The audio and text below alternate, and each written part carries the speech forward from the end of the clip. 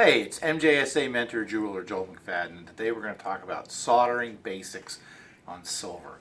The first thing I want to talk about is torches. The best torch you can use is going to be propane and oxygen because it's going to give you clean heat. Some of the other things, natural gas works really well too. MAP gas is kind of dirty, acetylene is kind of dirty. What that means is that your fuel gas is going to have stuff that I put up. But this is, so here we have the torch going. I'm using a little mini torch, called a little torch, and I just have propane. So here you can see it. So one of the biggest mistakes that I see people make all the time is they put a lot of oxygen. Now the oxygen is what makes the torch hot. So they get the torch like so, and I've got this black background here so you can see, and you get a really hissy, if you can hear that. That's way too hissy. This is called an oxidizing flame because what's happening is when the cone is there, a lot of the oxygen that's being pushed to the torch is not actually being burned. So what this will do is this will oxidize your metal, especially if you're silver. So what you want to do is you want to see, here you have three colors. You have the light blue outer cone, the bright blue inner cone, and just a touch of yellow. That touch of yellow is unburned oxygen. So what you want to do is just add a little oxygen until you just get rid of that little bit of yellow, like about there. But there's no hissing. If you need, you can need more heat, you can increase your fuel, which in this case is propane, and then back out again until that yellow just goes away. Now, this is too hot. Again, this is an oxidizing flame.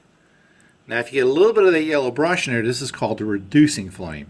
And this will actually absorb more oxygen from this part of the torch, whereas this is going to be pumping oxygen into your item. Okay? All right, give me a second, and we will go with the next part. So here we have a silver ring that we're going to size, and you'll notice that I've got a very, very tight seam here. Now, when you're prepping, you want a very tight seam, but another thing you want to make sure is that you don't touch the seam with your hand, because just a little bit of oil off your fingers will actually keep the solder from flowing. So keep it clean. If you doubt it or there's some question about the cleanliness of it, put it in the ultrasonic and clean the piece. Because most of the time solder doesn't run. It's because there's a little bit of oil from somewhere or dirt that's on the piece. So the way we do things here is we're going to chuck this in my third hand. Make sure my seam is pretty tight. And you can notice my seam is at the top. And now we're going to use a fire coating. And this is boric acid mixed with alcohol. And we keep it in a glass jar. And you have to keep the lid, because if for some reason this catches on fire, the only way to put the fire out is to put the lid on it, and it will go out immediately. But if you try to put water in it or something like that, because it's alcohol, it won't go out. So keep your lid. And then what I like to do is stir it up a little bit here. We use an old brush, and I just paint the entire surface with the mix. And then we're going to put the brush here and put this here. Now I'm going to take my torch and ignite it, and you'll see it's a little bluish purpley flame, greenish flame. Let that burn off. Obviously, be careful to let it burn off.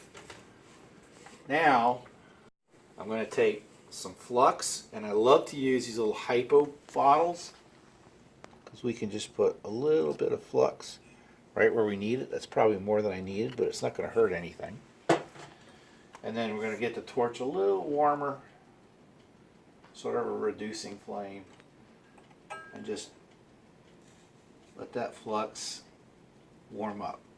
Now, again, I want enough of a flame that I have the amount of heat that I need, and I'm going to pull it back until the yellow tip is gone. but it's not hissy. So I've got my silver solder here. Knock a chip off of it. Put it right here. This is a non-asbestos soldering block. And you really need to have one on every bench. And this is a soldering pick that we made ourselves. So what we're going to do is we're going to heat the piece up. Now you notice I'm heating it from the bottom. Now I'm going to heat it with solder. It balls up. I grab it with my pick. I put the solder on top.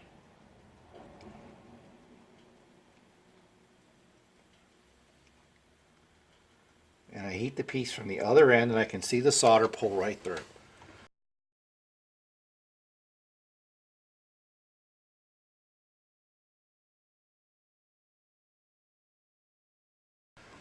And that is a great seam. Probably a little more solder than I really need, but not a problem. Now we're going to take this piece, because there's no stones in it. If there were stones in this piece, what I would do is I would leave it right here, and I would take this glass, shot glass, and I'd put it on top of it and let it cool down naturally. Because stones tend to crack when they cool down, not when they heat up. But because there's no stones in it, we're just going to take it while it's still warm. I'm going to walk over here, and we're going to quench it in the sonic.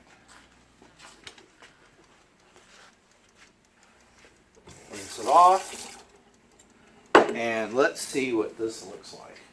I'm going to come over here to my bench with the light, and I think one of the things that you'll notice right away is there's virtually no oxidation on this ring.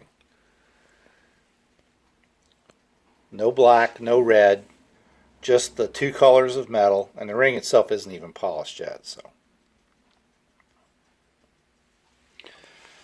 So there you go. That's how you solder. That's how you use boric acid and alcohol. And that's the way I've been doing this for 40 plus years. Thanks for watching.